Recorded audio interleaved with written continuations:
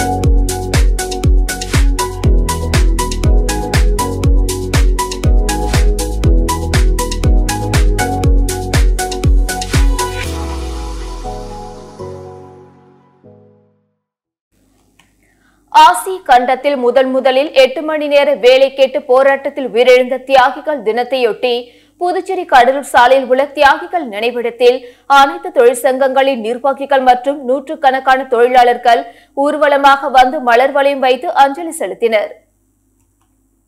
ஆசிய கண்டத்தில் முதல் முறையாக 8 மணி நேர வேலை கேட்டு போராடி புதுச்சேரியை சேர்ந்த பஞ்சாலை தொழிலாளர்கள் மீது கடந்த 1936ஆம் ஆண்டு ஜூலை மாதம் 30ஆம் நாள் பிரெஞ்சு ராணுவம் துப்பாக்கி சூடு நடத்தியது. இந்த துப்பாக்கி சூட்டில் 12 பஞ்சாலை தொழிலாளர்கள் கொல்லப்பட்டனர். இந்த போராட்டம் உலகம் முழுவதும் அதிர்வலைகளை ஏற்படுத்தியது. இதனையடுத்து தொழிலாளர்கள் மற்றும் ஊழியர்களுக்கான பணி 8 மணி நேரம் என நிர்ணயிக்கப்பட்டது. இதை 8 மணி நேர வேலை என்பது பல்வேறு நாடுகளில் சட்டமானது. 8 மணி நேர வேலை வேண்டி போராடிய பஞ்சாலை தொழிலாளர்களின் தியாகத்தை நினைவு கூறும் விதமாக ஆண்டுதோறும் ஜூலை 30ஆம் தேதி அன்று தியாகிகள் தினமாக அனைத்து கட்சி தொழில் சங்கத்தினர் கடைபிடித்து வருகின்றனர். அதன்படி புதுவையில் ஜூலை 30 தியாகிகள் நினைவு தினம் இன்று காலை அனுசரிக்கப்பட்டது. இதையொட்டி புதுவை கடலூர் சாலையில் உள்ள தியாகிகள் நினைவிடத்தில் புதுச்சேரியில் உள்ள இடதுசாரிகள் உள்ளிட்ட அனைத்து தொழிற்சங்கங்களை சேர்ந்த நிர்வாகிகள், பல்வேறு அமைப்புகளின் தொழிலாளர்கள், பஞ்சாலை தொழிலாளர்களும் ஊர்வலமாக வந்து மலர் வளையம் வைத்து அஞ்சலி செலுத்தி உறுதிமொழி ஏற்றுக்கொண்டனர்.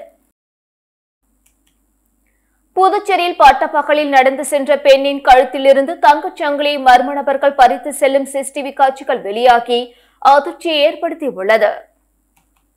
புதுச்சேரி லாஸ்பேட்டை தொகுதிக்குட்பட்ட குறிஞ்சி நகர் பகுதியை சேர்ந்தவர் கீதா. ஆடி கிருத்திகையை முன்னிட்டு வீட்டின் அருகே உள்ள கோயிலுக்கு கீதா நடந்து சென்று கொண்டிருந்தார். அப்பொழுது அவரை பின்தொடர்ந்து பைக்கில் வந்த 2 நபர்களில் ஒருவர் கூலாக நடந்து சென்று கீதாவின் கழுத்தில் இருந்த தங்கச் சங்கிலியை பறித்துக் கொண்டு மின்னல் வேகத்தில் பைக்கில் ஏறி தப்பி ஓடினார்கள்.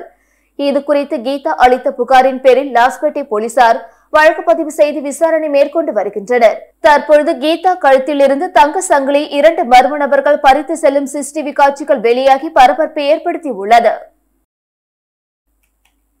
திருப்புவனை சட்டமன்ற தொகுதிக்குட்பட்ட சிலுக்காரிபாளையம், குச்சிப்பாளையம், மயிலம் பாதை ஆகிய பகுதிகளில் மகாத்மா காந்தி தேசிய ஊரக வேலை உறுதி திட்டத்தின் கீழ் 100 நாள் பணிக்கான பூமி பூஜையினை சட்டமன்ற உறுப்பினர் அங்காளன் தொடங்கி வைத்தார். புதுச்சேரி மாநிலம் திருப்புவனை சட்டமன்ற தொகுதிக்குட்பட்ட சிலுக்காரிபாளையம், குச்சிப்பாளையம், மயிலம் பாதை ஆகிய பகுதியை உள்ளடக்கிய பம்பை ஆற்றை ஆழப்படுத்துதல் பணிக்காக மகாத்மா காந்தி தேசிய ஊரக வேலை உறுதி திட்டத்தின் மூலம் 100 நாள் பணிக்கான பூமி பூஜையை சட்டமன்ற உறுப்பினர் அங்காளன் தொடங்கி வைத்தார். விழாவில் உதவி பொறியாளர் ராமன், இளநிலை பொறியாளர் செங்கதிர், பணி ஆய்வாளர் ரங்கராஜ், கிராம திட்ட ஊழியர்கள் மற்றும் ஊர் பொதுமக்கள், சட்டமன்ற உறுப்பினரின் ஆதரவாளர்கள் பலர் கலந்து கொண்டு சிறப்பித்தனர்.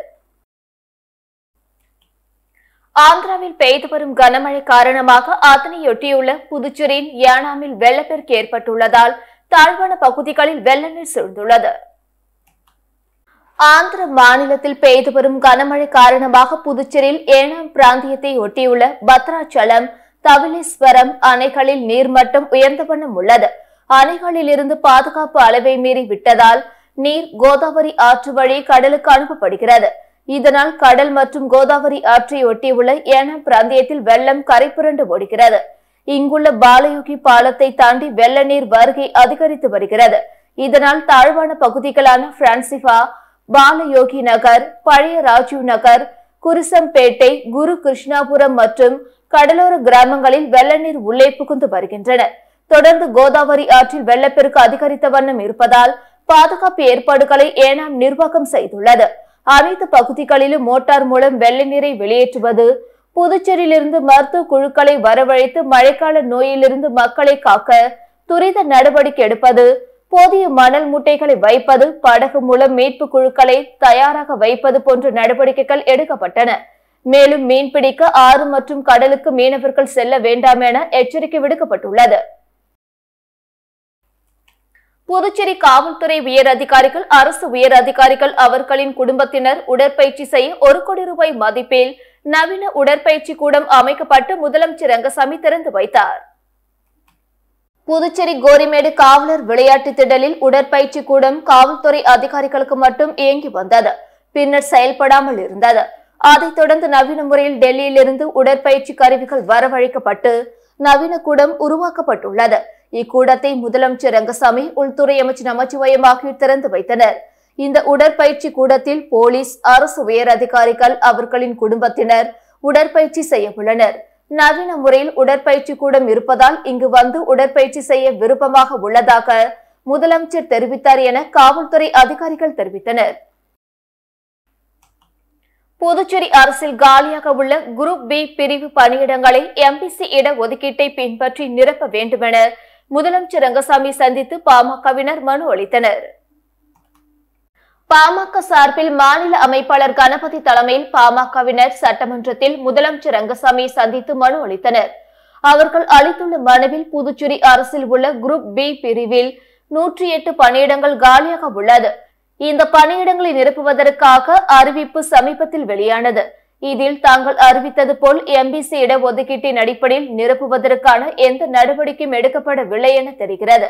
எனவே இப்பணியிடங்களை நிரப்பும் போது எம்பிசிக்கு உரிய இடஒதுக்கீடு வழங்கி இந்த பணியிடங்களை நிரப்புவதற்கு உரிய நடவடிக்கை எடுக்க வேண்டும் என குறிப்பிடப்பட்டுள்ளது. இந்த சந்திப்பின் போது மாநில இளைஞரணி செயலாளர்கள் பிரதீப் குமார், சேதுபதி, வன்னியர் சங்க பொருளாளர் நரசிம்மன், நகர தலைவர் தமிழ்செல்வன், தொழிற்சங்க தலைவர் கிருஷ்ணதேவன், பன்னீர்செல்வம் உட்பட பாமக நிர்வாகிகள் உடனிருந்தனர். புதுச்சேரி லாஸ்பேட்டை அருள்மிகு சிவசுப்பிரமணிய சுவாமி தேவஸ்தானத்தில் ஆடி கிருத்திகையை முன்னிட்டு அலங்கரிக்கப்பட்ட தங்கத்தேரில் முருகப்பெருமான் உட்புறப்பாடு நடைபெற்றது. புதுச்சேரி லாஸ்பேட்டை பகுதியில் அமைந்துள்ளது அருள்மிகு சிவசுப்பிரமணிய சுவாமி தேவஸ்தானம். இந்த தேவஸ்தானத்தில் எழுந்தருளி உள்ள அருள்மிகு தேவசேனா சமேத முருகப்பெருமானுக்கு ஆடி கிருத்திகையை முன்னிட்டு காலை சிறப்பு அபிஷேகம் செய்யப்பட்டது. தொடர்ந்து இரவு சொர்ணங்களால் அலங்கரிக்கப்பட்ட ஸ்ரீ வள்ளி ஸ்ரீ தேவசேனா சமேத முருகப்பெருமானுக்கு சோடச தீபார்த்தனைகள் காட்டப்பட்டு தங்கத்தேரில் வைக்கப்பட்டு அரோகர கோஷத்துடன் உட்புறப்பாடு நடைபெற்றது.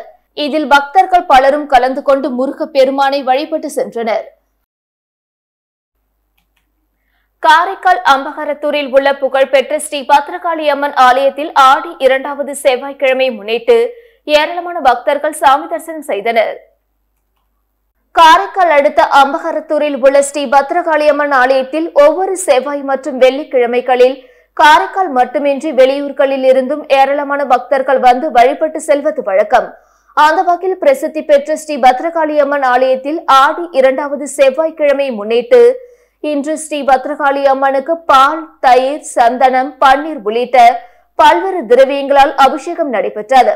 தொடர்ந்து பல வண்ண மலர்களால் அலங்கரிக்கப்பட்ட அம்மனுக்கு மகா தீபார்த்தனை நடைபெற்றது. இதில் பல்வேறு மாவட்டங்களில் இருந்து ஏராளமான பக்தர்கள் அம்மனை தரிசனம் செய்தனர். மேலும் ஏராளமான பக்தர்கள் வருவதை முன்னிட்டு காரைக்கால் மாவட்ட போலீசார் பலத்த பாதுகாப்பு பணியில் ஈடுபட்டனர். ஆசிய கண்டத்தில் முதலில் 8 மணி நேர வேலை கேட்டு போராட்டத்தில் உயிரிழந்த தியாகிகள் தினத்தையொட்டி புதுச்சேரி கடலூர் சாலையில் உள்ள தியாகிகள் நினைவிடத்தில் அனைத்து தொழிற்சங்கங்களின் நிர்வாகிகள் மற்றும் நூற்றுக்கணக்கான தொழிலாளர்கள் ஊர்வலமாக வந்து மலர் வளையம் வைத்து அஞ்சலி செலுத்தினர். புதுச்சேரி அரசு சுகாதாரத்துறையில் காலியாக உள்ள பணியிடங்களை நிரப்ப வேண்டும். விடுபட்ட நோயாளி கவனிப்பு படி நர்சிங் அலவன்ஸ் தொகையை வழங்க வேண்டும். பணியின் போது உயிரிழந்த குடும்பத்தில் ஒருவருக்கு கருணை அடிப்படையில் வேலை வழங்க வேண்டும் என பல்வேறு கோரிக்கைகளை வலியுறுத்தி அரசு சுகாதாரத்துறை முன்பு 100க்கும் மேற்பட்ட ஊழியர்கள் தர்ணா போராட்டத்தில் ஈடுபட்டனர். காரைக்கால் பாரதிய சாலையில் ரயில் பாதை கடக்கும் இடத்தில் பொதுமக்களின் வசதிக்காக சப்வே அமைத்து தர கோரி மத்திய ரயில்வே இணையமைச்சரிடம் கோரிக்கை விடுத்த பாஜக மாநில துணைத் தலைவர் ராஜசேகரனுக்கு இந்து முன்னணி நன்றி தெரிவித்துள்ளது.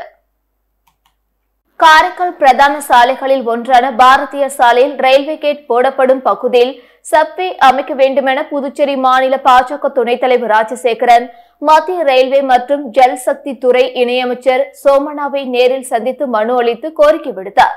இதனை ஏற்றுக்கொண்ட மத்திய இணையமைச்சர் சோமனா காரைக்கால் பாரதிய சாலையில் ரயில் பாதை கடக்கும் இடத்தில் சிறியதோர் கீழ்ப்பாதை சப்வே அமைக்கப்படும் எனவும் அது தொடர்பான பணிகள் உடனடியாக துவங்கப்படும் எனவும் உறுதியளித்தார்.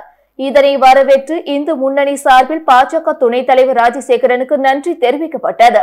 அத்துடன் காரைக்கால் ரயில் நிலையத்திற்கு காரைக்கால் அம்மையாரின் பெயரை சூட்ட முயற்சி எடுக்க வேண்டும் எனவும் கோரிக்கை விடுக்கப்பட்டுள்ளது. வில்லியனூர் போக்குவரத்து காவல்துறையில் பணி நிறைவு பெற்ற 2 உதவி ஆய்வாளர்களுக்கு SP பிரவீன்குமார் திருப்பாத்தி சால்வை அணிவித்து வாழ்த்து தெரிவித்தார். புதுச்சேரி வில்லியனூர் போக்குவரத்து காவல்துறையில் பணிபுரிந்து வந்த உதவி ஆய்வாளர்கள் ராமமூர்த்தி, ராஜசேகர் ஆகியோர் பணி நிறைவடைந்ததை ஒட்டி அவர்களுக்கு பாராட்டு விழா வில்லியனூர் தனியார் திருமண மண்டபத்தில் நடைபெற்றது. இந்த நிகழ்ச்சியில் சிறப்பு விருந்தினராக முதுநிலை போக்குவரத்து காவல் கண்காணிப்பாளர் பிரவீன்குமார் திருப்பாத்தி கலந்து கொண்டு ஓய்வு பெற்ற உதவி ஆய்வாளர்களுக்கு சால்வை அணிவித்தும் பூங்கொத்து கொடுத்தும் வாழ்த்து தெரிவித்தார். இந்த நிகழ்ச்சியில் வில்லியனூர் போக்குவரத்து காவல் நிலைய போலீசார் உட்பட பலர் கலந்து கொண்டனர். திருவண்டார்கோயில் சுதான நகரில் ரூபாய் 10 லட்சம் மதிப்பீட்டிலான புதிய 200 kV மின்மாற்றியை பொதுமக்களின் பயன்பாட்டிற்காக சட்டமன்ற உறுப்பினர் அங்காளன் இயக்கி வைத்தார்.